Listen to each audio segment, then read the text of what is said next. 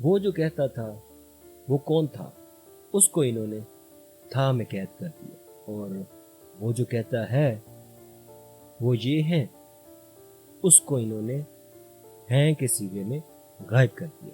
السلام علیکم پاکستان، کیسے ہیں آپ سب؟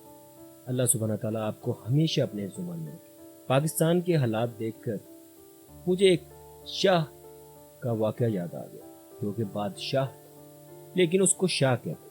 75 سال سے وہ ایک علاقے پر قابض تھا۔ اس سے پہلے اس کا باپ، اس سے پہلے اس کا دادا، اس کے دادے نے عام معصوم لوگوں سے وہ سلطنت چھینی تھی۔ قصہ کچھ یوں ہے، جب وہ شاہ آیا اس سے پہلے سے ہی عوام کے اوپر بے شمار ٹیکس لگا رکھے تھے، لیکن عوام ایسی ان پڑھ جاہل، اسے اس کی کوئی فکر نہیں تھی۔ وہ اندھا دھند اسی کے اندر لگی رہی کہ شاید ایسے ہی دنیا ہے، ایسے ہی چلتا ہے اور ایسے ہی جینا ہے۔ اس شاہ کے دور کے دوران ایک شخص اٹھا، اس نے لوگوں کو بتانا شروع کیا کہ آپ کے ساتھ زیادتی ہو رہی، بلکہ یہ بے غیرتی ہے، اتنا ٹیکس آپ سے لیا جاتا ہے، یہ پیسہ جاتا کہاں ہے؟ کیا بادشاہ وہ شاہ آپ کے اوپر بھی کچھ خرچ کرتا ہے؟ لوگوں نے اس کی بات سنی انسنی کر دی، لیکن کچھ لوگ تھے جس نے اس شخص کی بات کو غور سے سنا، اس پر توجہ دی۔ لیکن چند لوگ ایک بادشاہ کے سامنے کیا کر سکتے؟ ہوا کچھ یوں، بادشاہ نے اپنی جاگیر میں ایک جگہ کو دوسری جگہ سے ملانے کے لیے ایک پل تعمیر کروایا۔ لوگ بڑے خوش ہوئے کہ واہ بادشاہ دیکھو ہمارے لیے پل بھی بنا رہا ہے۔ اب اس پل سے گزرنے کے لیے بادشاہ نے بہت زیادہ ٹیکس رکھا۔ لوگوں نے شور مچایا، اس شخص نے شور مچایا کہ اس چیز کا ٹیکس کیوں؟ لوگ بھی سمجھے کہ ہم تو پہلے ہی بہت ٹیکس دے رہے ہیں، اس پل سے گزرنے کا ہم کیوں ٹیکس دیں؟ ہم دوسری طرف سے آنا جانا ہمارا آسان ہوگا، ہم پیسے اور کمائیں گے، تب ہم جو پہلے ہی اتنا ٹیکس ہے اس کو آسانی سے دے سکیں گے۔ لوگ کھڑے ہونا شروع ہوئے۔ بادشاہ تک یہ جب بات پہنچی، بادشاہ نے اپنے وزیروں کو بلایا۔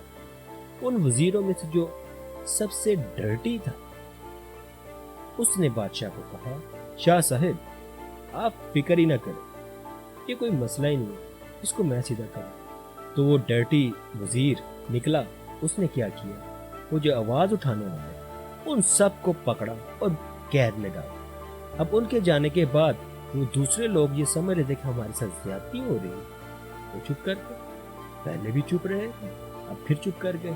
لیکن وہ ڈرٹی وزیر صرف یہاں تک ہی نہ رکا کہ وہ جو آواز اٹھا رہے تھے، حق کی بات کر رہے تھے، ان کو قید کر دوں یا ان کو مار دوں۔ ان میں سے جو لوگ زیادہ خطرناک ہیں شاہ کے لیے ان کو مار دیا جائے۔ یہاں پر بات نہیں ختم ہوتی کہ لوگ پھر دوبارہ نہ اٹھ سکیں۔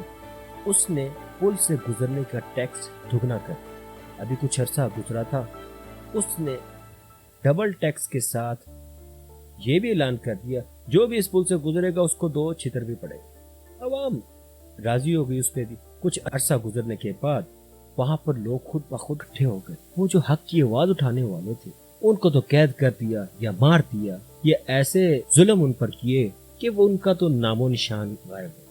بادشاہ تک جب یہ خبر پہنچی تو اس نے ڈرٹی وزیر کو بلایا۔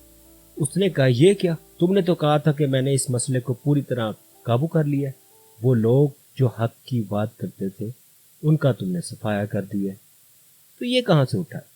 ڈرٹی وزیر کو بھی سمجھ نہ آئی۔ وہ وہاں پہنچا جہاں لوگ جمع تھے۔ جب ڈرٹی وزیر وہاں پہنچا اس نے لوگوں سے پوچھا، لوگ پہلے ہی بول پڑے کہ ڈرٹی وزیر صاحب آپ غلط نہ سمجھیے گا، ہم یہاں پر صرف اس لیے اکٹھے ہوئے ہیں کہ جو فوج اہلکار آپ نے یہاں پر جوتے مارنے کے لیے رکھی ہے وہ بہت کم ہے، ہم ڈبل ٹیکس تو آرام سے دے دیتے ہیں، لیکن جب وہ جوتے مارتے اس کی رفتار بڑی کم ہے، ہمارا بڑا وقت ضائع ہو جاتا ہے، تو پلیز اپنے اہلکاروں کی تعداد اور بڑھائیے۔ ڈرٹی یہ بات سن کر بہت خوش ہوا، اس نے کہا بالکل تعداد تو ہم اور بڑھائیں گے، لیکن اگر تعداد بڑھائیں گے تو تمہیں ٹیکس اور دینا پڑے۔ لوگوں نے اس کو بھی قبول کیا۔ مجھے اس صورتحال میں پاکستان کی جھلک نظر آتی ہے۔ اللہ نہ کرے اور میری بات کو غلط نہ لیجیے گا، میں اپنی قوم سے بہت متاثر ہوا۔ خان صاحب کے ساتھ جس طرح آپ قوم بن کر لوگ اکٹھے ہو رہے ہیں اس کی بہت خوشی ہے۔ بہت ظلم ہو رہا ہے، بہت جبر ہو رہا ہے، عورتوں تک کی عزتیں محفوظ نہیں،